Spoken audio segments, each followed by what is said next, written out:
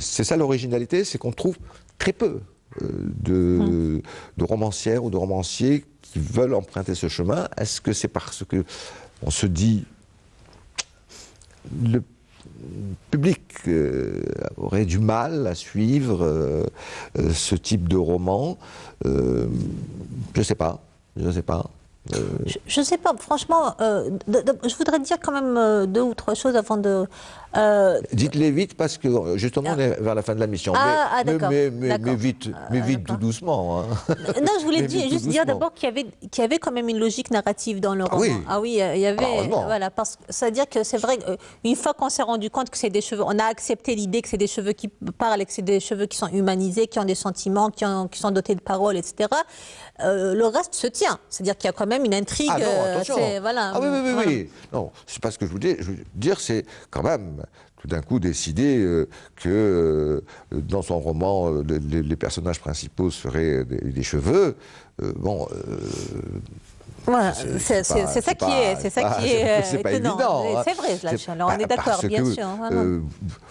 On voit bien que vous avez travaillé à la question, c'est-à-dire dans le sens où c'est pas juste j'ai trouvé l'idée, tiens, originale, oui, comme ça. quoi mes personnages principaux seraient des cheveux, l'un venant d'une belle chevelure brune, celle de Taous, l'autre d'une belle chevelure rousse ou blonde, frisette, ou l'autre qui est incroyable, qui est tombé dans un livre. Hein. C'est pour ça qu'il est c'est le monsieur, ça c'est le monsieur. Voilà, c'est monsieur. Bon, comme il est tombé dans un livre, eh ben, il devient savant. Voilà. Et justement, ça m'amène à parler du deuxième point que je voulais évoquer. C'était, vous l'avez comparé au livre de Lewis Carroll, Alice au pays des merveilles, tout ça.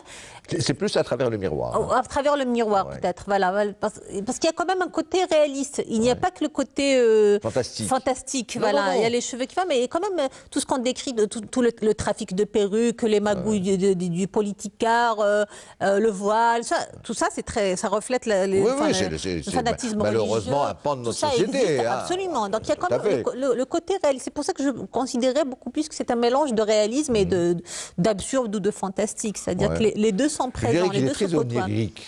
Mais dans le sens onirique, pas dans le sens rêve, hein. Mais dans le sens quasi surréaliste. Oui, surréaliste, voilà. Surréaliste serait beaucoup plus adéquat. Voilà, serait plus adéquat. Parce que je dirais que à un moment donné, ça tient du cadavre exquis. Que je n'ai pas lu, malheureusement. Voilà. Non, très franchement, bravo. Merci beaucoup. Vraiment, merci beaucoup. Très, très, très beau roman. Merci. J'attends avec grand plaisir. Je ne sais si vous êtes sur une nouvelle écriture. Je suis sur un deuxième roman, mais il est complètement différent de celui-là. Complètement différent, beaucoup moins léger, plus sombre.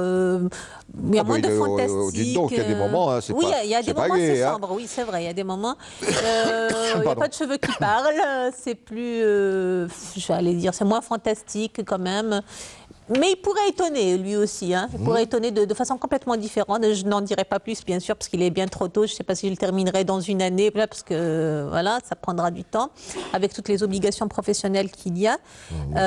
Bon, le plus tôt sera le mieux, c'est sûr, mais bon, on verra bien. On verra quand. Comment ça se fait que vous êtes passé comme ça de l'essai à l'écriture romance? En fait, je ne suis pas passée de l'essai à l'écriture. L'écriture de la fiction, l'écriture créative a commencé bien avant l'essai. J'écris depuis que j'étais... Ah ben oui, depuis que j'ai 8 ans, 9 ans, j'écrivais déjà des petits textes, mais vous avez gardé ça dans... Voilà, mais enfin, je laisse ça, après je relis, c'est pas assez bon, je laisse au beau milieu, je continue pas, je termine pas, j'entame autre chose. Et des fois, je termine, j'ai écrit 2 contes quand j'avais 16 ans, 17 ans, je les ai pas publiés. Évidemment, vous mettez tous vos anciens écrits dans le tiroir d'une coiffeuse. Oh oui, mais on a déménagé tellement longtemps, tellement de fois que je ne suis... dans une coiffeuse, je suis sûr. Oh, oui, je ne donnerai pas beaucoup de détails là-dessus, mais enfin, on les range dans un coin assez précis. Voilà. On arrive malheureusement au terme de l'émission. Linda Schwitten. Ça passe vite, ça passe vite. Quand on me dit ça, c'est que pour moi c'est un compliment. C'était très agréable, absolument, c'est très agréable. Voilà. Linda Schwitten, le roman des pauvres cheveux, c'est paru aux éditions El Kalima. En espérant que vos 2 premiers essais, un sur Isabelle et Bérard, le second sur l'autorité.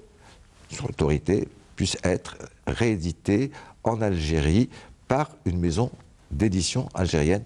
Merci 1000 fois Linda Schwitten. C'est moi. Au plaisir de vous lire et de vous revoir sur le plateau de Expression Livre très prochainement. Je reviendrai avec plaisir. Voilà, tout est dit, enfin non, pas tout, l'essentiel c'est de lire le livre. Amis téléspectatrices et téléspectateurs, merci de nous avoir suivis. Je vous donne rendez-vous à la semaine prochaine pour un nouveau numéro d'Expression Livre. Bon, phrase habituelle, vous la connaissez, c'est l'adage. À la semaine prochaine, même jour, même heure, exactement la même punition. Bonsoir à vous, bonsoir chez vous. Merci encore d'avoir été avec nous pendant cette heure.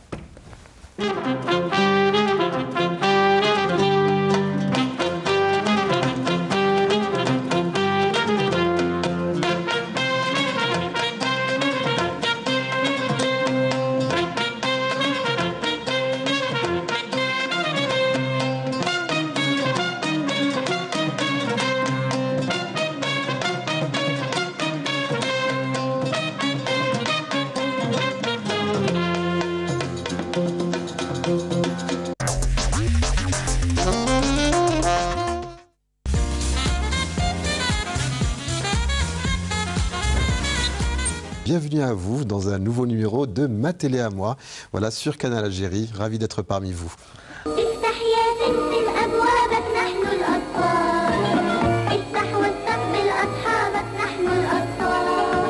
Mon enfance a été divisée en 2. Ouais. Après, donc il y a eu l'avant handicap et après handicap. Voilà.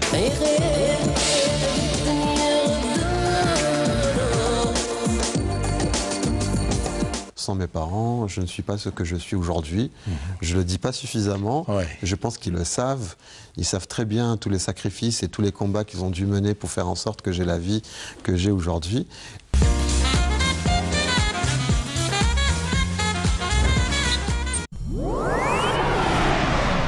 الديوان الوطني لحقوق المؤلف والحقوق المجاورة لدعم الفن والإبداع.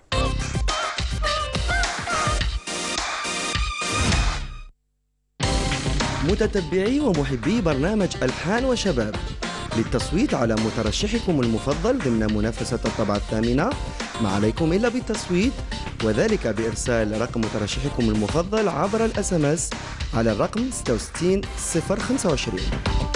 المترشح رقم 1 مختار.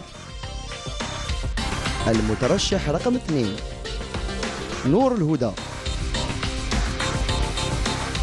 المترشح رقم 3 بدرو. والمترشح رقم 4 شروق. ألحان وشباب، الطريق إلى النجاح.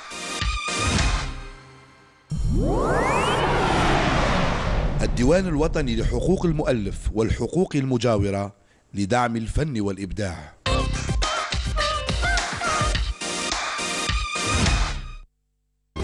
L'Armée nationale populaire organise le vendredi 6 avril 2018, à partir de 8h du matin, la 12e édition du semi-marathon national de l'Armée nationale populaire. Le départ aura lieu à partir du complexe olympique Mohamed Boudiaf, en arrivant au centre de regroupement et de la préparation des équipes sportives militaires à Benaknoun. Organiser ce genre de manifestation sportive nationale militaire a pour but d'améliorer les capacités physiques du personnel militaire. Cette édition du semi-marathon national militaire se distinguera par l'importante participation des individus sportifs militaires des 2 sexes. Elle sera aussi ouverte aux individus des différents corps communs et aux sportifs appartenant aux différentes associations sportives civiles du sexe féminin et masculin âgés entre 18 et 60 ans. L'invitation est également ouverte aux sportifs civils. Les inscriptions se feront au niveau du centre de regroupement et de la préparation des équipes sportives militaires à Benaknoun le 5 avril 2018 à partir de 8h du matin.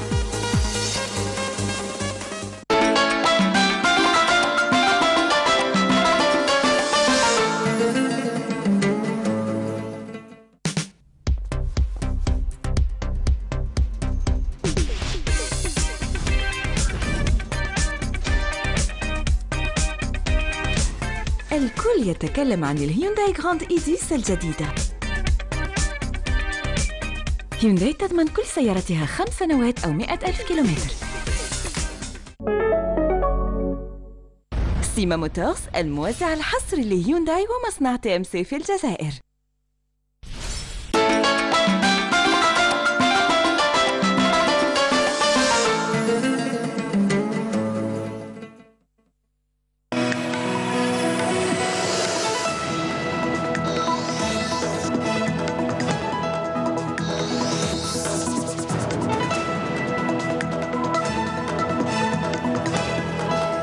Bonjour à tous, bienvenue dans votre journal. Il est tout juste midi. Voici les principaux titres développés dans notre édition. Le programme CAPDEL, une démarche mise en œuvre par le gouvernement algérien en partenariat avec le PNUD et l'appui de l'Union européenne. Il vise à promouvoir le développement local en appuyant les collectivités. 10 communes ont été choisies. Nous en parlerons en détail avec notre invité ce matin, M. Mohamed Dahmani, directeur du programme CAPDEL. Nous irons à Batna voir l'évolution de l'unité de Barika spécialisée dans la fabrication d'aluminium. Elle s'est lancée récemment dans la récupération des déchets d'aluminium. Et enfin du football, pour finir, la JS Kabylie s'est imposée devant le Mouloudia d'Alger sur le score de 3-1 en match comptant pour la mise à jour de la 23e journée de Ligue 1 Mobilis disputée hier au stade du 1er novembre de Tizi Ouzou. Bienvenue à tous, mais avant de développer tous ces sujets, le président de la République, Abdelaziz Bouteflika, a adressé un message de félicitations à son homologue sénégalais Macky Sall à l'occasion de la fête nationale de son pays, dans lequel il lui a réitéré son attachement à la poursuite des efforts tendant à promouvoir la paix, la stabilité et le développement dans le continent africain. Le Premier ministre Ahmed Yahya a reçu ce matin une délégation de membres du Congrès américain conduite par Devin Nunes, président du comité permanent de la Chambre des représentants des États-Unis d'Amérique. En Tunisie s'ouvrent aujourd'hui les travaux de la 43e session du Conseil des gouverneurs de la Banque islamique de développement. Le ministre des Finances y prend part. Abdelrahman Raouia présidera par ailleurs demain dans la capitale tunisienne la 18e réunion annuelle du Haut Conseil des fonds d'El-Quds et d'El-Aqsa. On en vient au dossier de notre édition. Aider les petites et moyennes entreprises à développer leurs activités est l'objectif d'une étude menée par l'équipe du programme CAPDEL. L'exemple de la commune d'El Khroub dans la wilaya de Constantine, région à grand potentiel économique. En plus de 15 ans d'existence, le groupe pharmaceutique KPMA dans la zone industrielle a pu développer son activité et répondre aux besoins du marché national. Le reportage est signé Hasna Zouberi. Accompagner les entreprises dans la commune de Khroub pour développer l'économie locale est la mission que s'est donnée le programme de renforcement des capacités des acteurs du développement local CAPDEL. D'ailleurs, une étude a été lancée pour connaître les potentialités économiques locales. L'objectif est d'identifier quels sont les axes de développement qui permettent à une commune donnée, donc dans le cas actuel c'est la commune de Khroub, qui permettent à une commune de développer des partenariats stratégiques entre acteurs économiques, donc l'État, les élus et les acteurs économiques eux-mêmes, les opérateurs eux-mêmes, qu'ils soient grands opérateurs ou même micro-entreprises, artisans, de développer des stratégies pour générer de la valeur à partir des ressources propres de la commune ou bien du territoire. Le groupe KPMA représente bien la région d'El Khroub. Situés dans la zone industrielle, les laboratoires KPMA ont pour vocation de fabriquer et conditionner des médicaments dans le but de satisfaire la demande nationale et réduire la facture des importations. KPMA, c'est un groupe pharmaceutique constitué de 4 unités de production pharmaceutique. فيها les bêta-lactamines, antibiotiques, non antibiotiques, suppositoires, pommades et sirop. Et on a une autre unité qui est située à l'Heria et qu'on va faire prochainement dans 1 mois ou 2 mois, les injectables antibiotiques, non antibiotiques et hormones. Créé en 2002, ce groupe pharmaceutique emploie aujourd'hui des centaines de personnes dans la commune de Khroub. On a recruté plus de 400 ouvriers, filles et jeunes, c'est des cadres, maîtrises, des pharmaciens, des ingénieurs, des chimistes, et tout ça dans la région d'El Khroub. Ce groupe pharmaceutique est donc un modèle du développement économique dans la commune d'El Khroub. D'autres PME devront suivre la dynamique du développement dès l'application de la charte communale chapeautée par le programme CAPDEL. Et comme je vous le disais en titre, ce programme CAPDEL a été mis en place par le ministère de l'Intérieur en partenariat avec le PNUD et le soutien de l'Union européenne. Nous accueillons ce matin pour en parler plus en détail Monsieur Mohamed Dahmani, bonjour. Alors vous chapeautez ce programme, vous êtes le directeur du programme CAPDEL et chargé d'études et de synthèse au cabinet du ministère de l'Intérieur, des collectivités locales et de l'aménagement du territoire. Alors on l'a vu à travers le reportage, on l'a dit brièvement, vous allez peut-être nous le présenter un peu plus en détail. Ce programme vise réellement à renforcer aujourd'hui les capacités des autorités locales et de la société civile comme acteurs de développement local et économique. Merci pour l'invitation. Il s'agit vraiment de cela, du renforcement des capacités des acteurs locaux qui interviennent dans le processus du développement local. Et c'est en plein l'intitulé de notre projet. Mais notre projet s'appelle Démocratie participative et développement local. Donc ce que vise le programme, à travers une application sur une dizaine de communes pilotes, c'est de mettre en place une gouvernance locale concertée pour un développement durable et intégré du territoire communal et l'épanouissement de ses citoyens. Et pour cela, nous passons par un renforcement des capacités de l'ensemble des acteurs dans ce travail conjoint qu'ils doivent mener pour arriver justement à enclencher ce processus de développement durable. Alors vous avez parlé d'un terme qui peut nous apparaître comme nouveau, démocratie participative, c'est-à-dire qu'aujourd'hui l'on considère le citoyen comme un acteur de développement. Il devra participer carrément dans les prises de décision politiques. Alors on en parlait juste avant, qui sera ce citoyen et sur quel plan pourra-t-il participer ? Alors la participation citoyenne, ce n'est pas tout à fait quelque chose de nouveau, c'est quelque chose qui est très ancré dans notre culture. Les Algériens connaissent Tajmat, l'Azaba, connaissent les Arouch, etc., qui sont des formes traditionnelles de participation à la prise de décision au niveau de la communauté, de la localité. Mais depuis la nouvelle Constitution 2016, qui a été portée par son Excellence, Monsieur le Président de la République, la Constitution a consacré la participation citoyenne au niveau des collectivités locales. Maintenant, qui participe ? C'est l'ensemble des citoyens qui peuvent participer au processus de prise de décision, au processus de gestion des affaires locales. Les citoyens, tout d'abord les citoyens qui ont une expertise d'usage qu'ils peuvent mettre au profit de la collectivité. Donc c'est des citoyens non structurés mais qui ont une expertise personnelle. Il peut y avoir des citoyens qui sont structurés en association, donc c'est l'ensemble des organisations de la société civile. Il y a les acteurs économiques, qu'ils soient opérateurs économiques ou organisés à l'intérieur de corporations professionnelles, les chambres de métiers, chambres d'artisanat, etc. Et il y a également les femmes, les jeunes, les personnes vivant une condition de handicap, donc l'ensemble des catégories de la société ont cette capacité de participer. Comment pourront-ils participer à ce processus de gouvernance locale ? C'est à travers des instances consultatives citoyennes. Alors pour cela, et à travers les communes modèles, nous sommes en train d'appuyer les communes modèles à l'élaboration de chartes communales de participation citoyenne. Donc ces chartes vont déterminer les valeurs, les principes de cette participation, c'est-à-dire le respect mutuel, le respect du rôle et des attributions de chacun, les élus, l'administration, les citoyens, mais également les mécanismes à mettre en place, les mécanismes pratiques à mettre en place pour permettre cette participation dans un cadre organisé, donc un conseil consultatif communal qui peut se décliner en comités spécifiques chargés de questions particulières, l'économie par exemple, en ce qui concerne le développement économique local, mais pas seulement, des comités consultatifs de femmes, donc pour intégrer la femme et renforcer sa participation dans la gouvernance locale et sa participation civique, donc politique, économique, sociale, également les jeunes. Voilà donc, à travers cette charte va constituer une sorte de contrat moral entre la commune et ses citoyens qui permettra donc aux citoyens de faire valoir leur expertise d'usage et de faire connaître aux autorités locales leurs priorités, leurs besoins, leurs préoccupations.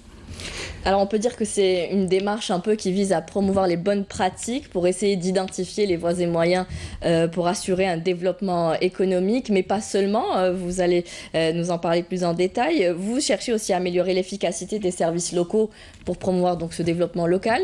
Et on terminera sur une dernière question. Vous avez lancé ce projet en 2017. Est-ce qu'il vous a permis aujourd'hui d'avancer et d'établir ou d'identifier les mécanismes à mettre en place pour assurer un meilleur développement local, Monsieur Dahmani? Très bien. Alors, tout d'abord, il faut savoir que notre programme se base sur 3 axes essentiels qui sont d'abord la modernisation et la simplification du service public. Et là, on est dans les services sociaux. Donc, améliorer les conditions de vie des citoyens, c'est un des piliers du développement durable. Le second axe, c'est le renforcement de la planification stratégique locale, c'est-à-dire notamment à travers l'élaboration de plans communaux de développement qui soient participatifs et consensuels. Et puis, le troisième axe, et ça représente le pilier économique du développement durable. Et le troisième, c'est tout ce qui concerne les risques environnementaux, c'est-à-dire comment intégrer les risques environnementaux dans la planification stratégique pour assurer de la durabilité aux actions communes sur le territoire, les projets, et également comment permettre à la société civile de travailler aux côtés des pouvoirs publics dans la gestion des risques environnementaux, que ce soit dans la prévention ou dans la gestion des catastrophes. Voilà donc les 3 piliers. Et le pilier transversal, c'est cette participation citoyenne. Donc c'est un travail multi-acteurs au niveau local. Et là, on est dans la gouvernance du développement durable, la gouvernance concertée. Ça d'un côté. Maintenant, quels sont les résultats auxquels nous avons abouti jusqu'à aujourd'hui? Une première étape qui est essentielle justement au processus de planification locale, c'est l'étape du diagnostic territorial. Alors nous avons élaboré, grâce à une expertise offerte par le Centre national d'études pour le développement et pour la population et le développement, le CNEAP, qui est sous tutelle de notre département ministériel, nous avons réalisé des diagnostics territoriaux participatifs au niveau de chacune de nos communes. C'est-à-dire que ces diagnostics ont été élaborés sur la base d'informations objectives qu'on peut collecter auprès de tous les acteurs institutionnels du territoire, la wilaya, la daïra, la commune, la wilaya avec l'ensemble de ses directions, bien évidemment, mais aussi à travers la perception des citoyens de la réalité de leur territoire. Et là, quand on parle du diagnostic territorial de la commune, on touche à l'état de la gouvernance. Est-ce que les citoyens participent? Jusqu'à quel niveau dans le processus de prise de décision? À l'état des services publics, le niveau de rendement des services publics locaux, quelles sont les difficultés, etc. L'état de l'économie locale, est-ce que les acteurs économiques au niveau territorial travaillent normalement, des difficultés, il y a des entraves, etc. Est-ce qu'ils travaillent bien avec les autorités locales? Est-ce qu'ils travaillent bien entre eux? Donc voilà les questions qui sont reprises dans ce diagnostic, et il a été réalisé, comme je disais, avec la participation de l'ensemble des acteurs au niveau local. Nous avons restitué ce diagnostic aux acteurs locaux. Un comité local délégué où est représenté chacun des groupes qui participent, ou des groupes d'acteurs identifiés au niveau local. Ce comité a travaillé sur un certain nombre de recommandations que nous avons intégrées dans la version finale du diagnostic. Et l'année prochaine, nous allons entamer la phase cruciale de notre programme, qui est celui de l'élaboration d'un plan communal de développement de façon participative. Et justement, cette planification se fera sur la base de ce diagnostic. On terminera très brièvement sur une dernière question. On ne peut pas parler de la formation, puisqu'elle fait partie intégrante du programme CAPDEL, et elle ne concerne pas uniquement les élus locaux. Tout à fait, tout à fait. Le programme, c'est renforcement des capacités, et donc il passe forcément par de la formation, et qui constitue la part du lion de notre programme. Donc nous avons finalisé un plan de formation qui concerne l'ensemble des acteurs locaux, les acteurs institutionnels, donc élus, agents et cadres de l'administration locale, les femmes élues, parce qu'il faut dire aussi que notre programme s'intéresse de façon spécifique aux femmes et aux jeunes. Donc il y a des formations qui sont au bénéfice des femmes élues et également des formations pour les cadres des organisations de la société civile. Très bien, merci Monsieur Mohamed Dahmani. Je rappelle que vous êtes directeur du programme CAPDEL et chargé d'études et de synthèse au cabinet du ministère de l'Intérieur et des collectivités locales. Merci d'avoir accepté notre invitation et d'avoir répondu à nos questions. Merci à vous. Dans le reste de notre journal, direction le sud du pays à présent, à Illizi, précisément à Cosco, une société spécialisée dans l'engineering, les travaux publics et le génie civil veut jouer un rôle plus important dans le développement de la région. Partenaire privilégié de Sonatrach, à Cosco ambitionne de créer des zones industrielles pour favoriser les échanges entre l'Algérie, la Tunisie, la Libye et le Niger. Elle se veut également une entreprise citoyenne à travers l'amélioration de la vie sociale des populations. Bouchra Boali. Partenaire important de la Sonatrach, la Sarla Cosco est devenue depuis sa création en 1998 une société de référence dans le domaine de l'engineering, les travaux publics et le génie civil. On fait les travaux publics, on fait le génie civil, on fait les différents appels des sous-traitants Tawana, Sonatrach, tous les partenaires dans le domaine pétrolier.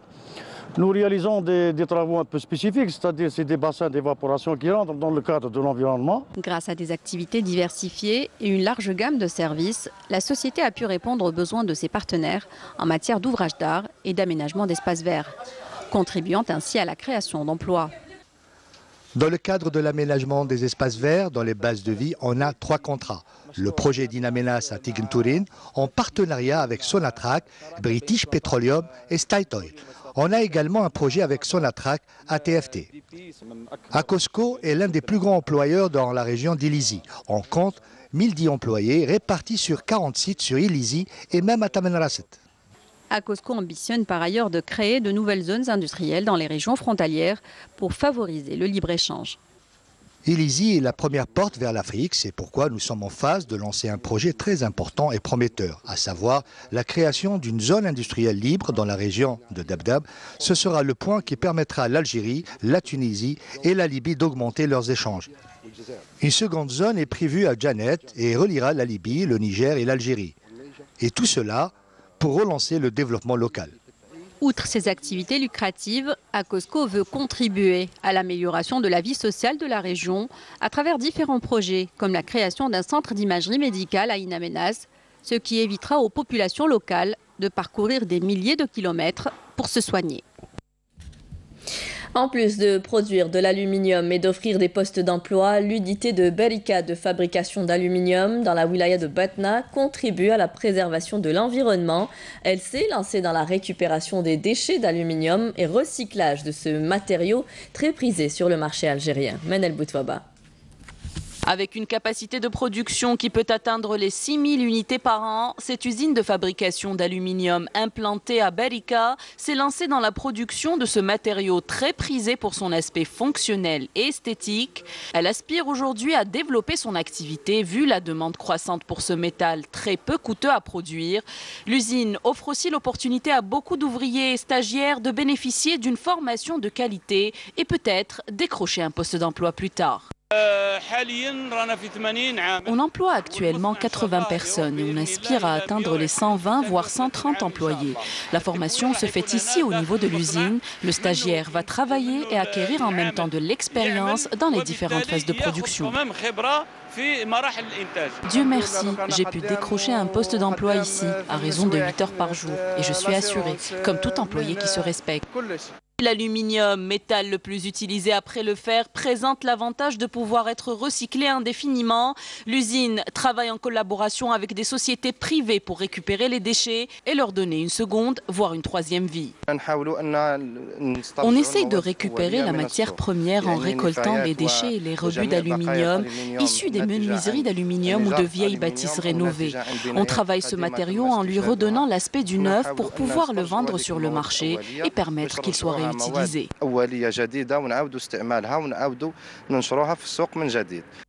Un avantage certain pour cette usine en pleine expansion qui voit en ce regain d'intérêt pour le Made in Algeria une opportunité à saisir pour se frayer une place dans un créneau porteur et ô combien rentable. Zoom ce matin sur l'Institut technique de développement agronome dans la wilaya de Ouargla, un centre qui vise à développer l'agriculture saharienne et assurer une bonne formation au profit des jeunes agriculteurs qui veulent se lancer dans ce secteur. Nsrine Ben Saidi. Développer l'agronomie saharienne en assurant une bonne formation au profit des stagiaires désireux de se lancer dans le secteur de l'agriculture, c'est la principale mission de l'Institut technique de développement agronome dans la commune de Hassi Ben Abdallah. Cette structure se charge d'encadrer les stagiaires et d'initier toute étude technique sur les ressources naturelles et la production en milieu saharien. Nous organisons à chaque fois des journées techniques et des sorties sur terrain, le but de faire connaître aux agriculteurs les différentes variétés de fruits et légumes adaptés aux zones sahariennes et leur permettre de poser leurs questions. L'apiculture et la pisciculture, deux nouvelles filières qui viennent de voir le jour dans cet institut. Des spécialités qui attirent de plus en plus l'intérêt des jeunes stagiaires. Pour cela, un rucher composé de 15 ruches a été créé par 30 apiculteurs dans le but de former les futurs apiculteurs qui souhaitent développer cette activité. Nous avons créé 15 ruches pédagogiques qui serviront à former les agriculteurs qui veulent se lancer dans l'élevage des abeilles. Nous visons aussi à promouvoir cette activité.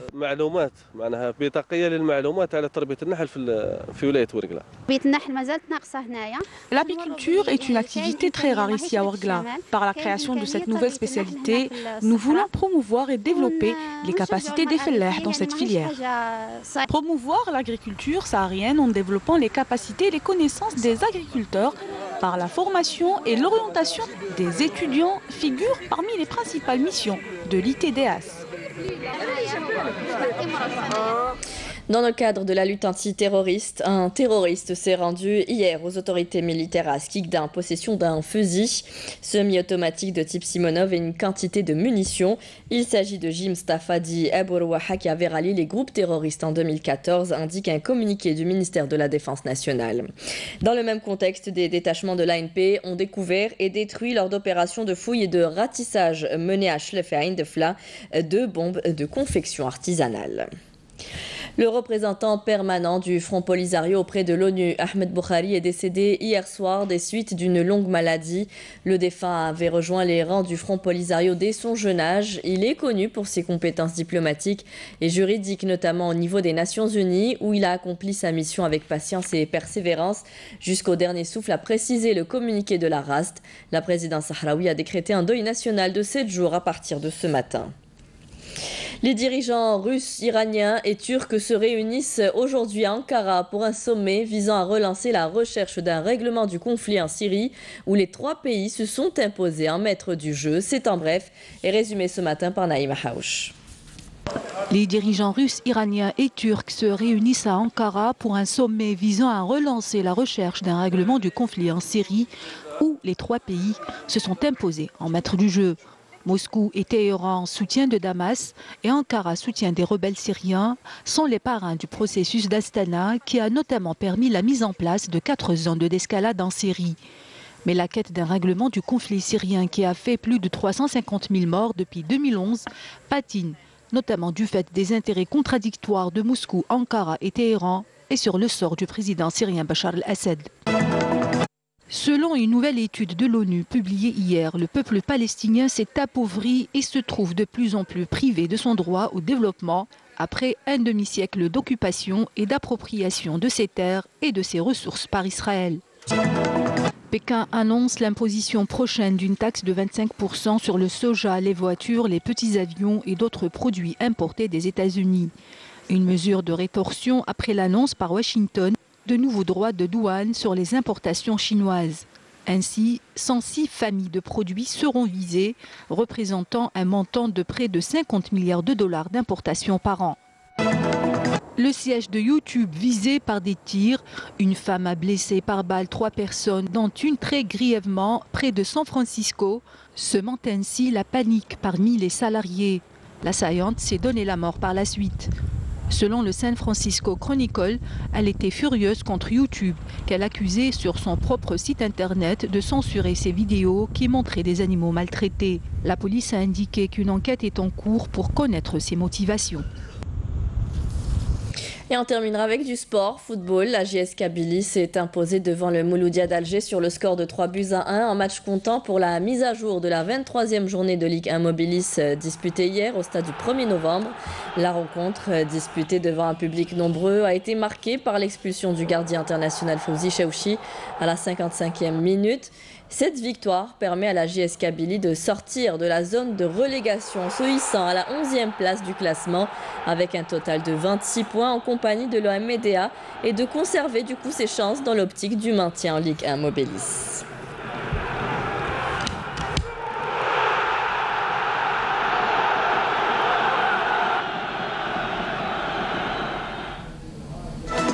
Et c'est la fin de ce journal. Merci à vous tous de nous avoir prêté attention. Tout de suite, vous retrouverez Mina Abed pour les prévisions météo.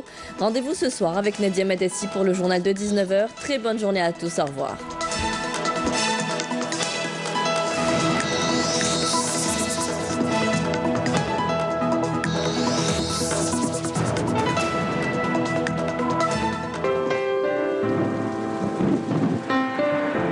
Avec Mobilis, suivez l'air du temps. Mobilis, partout avec vous. Mesdames, Mesdemoiselles, Messieurs, bonjour. Eh bien, cette matinée a été marquée par un temps plutôt agréable sur l'ensemble des régions nord et notre animation satellite nous montre que Talva, qui est intéressé l'ouest du pays, se décale progressivement vers l'est en passant par le centre avec une pression moyenne sur l'ensemble du pays avec une tendance à la hausse à partir de demain, notamment sur la partie ouest. Donc, pour cet après-midi, eh bien, on notera de belles éclaircies sur la partie ouest et centre. Un ciel un peu plus nuageux sur les régions intérieures, quelques orages. Sur les aurores essentielles dégagées sur les côtes de l'est. Sur la partie sud, eh bien, le ciel restera plutôt voilé sur la Saoura. Le sud-ouest dégagé sur le reste des régions sahariennes. Les températures de cet après-midi, eh bien, elles seront plutôt agréables et de saison avec sur la moitié nord entre 20 et 23 degrés. Sur les reliefs intérieurs, on notera 24 degrés à Constantine ainsi qu'à Guelma, 21 degrés, à Batna, 23 degrés, à Beit Naama, 31 degrés, à Béchar, Gardaya, Tindouf, 38 à Adrar et enfin 40 degrés. Ça sera la maximale à Ain Salah, Port Bedji Moukhtar et Ain Ghazam. Les températures de ce soir et pour demain matin, eh bien, elles varieront près des côtes entre 8 et 11 degrés. On notera un minimum de 3 degrés à Tiaret, 6 à Al-Bayat, ainsi qu'à Batna, 10 degrés à Al-Rouat, 16 degrés à Khardaya, Béchar, 22 degrés à Hassim Saoud, 21 degrés à Ilizi, Port Bedji Moukhtar et Ain Ghazam, et enfin 19 degrés à Adrar. On passe tout de suite à l'éphéméride. Aujourd'hui, le soleil se couchera à 19h11. Les nouvelles du ciel continuent sur le site de Météo Algérie, les 3 w.meteo.dz. Très bonne journée avec la suite de nos programmes et à ce soir.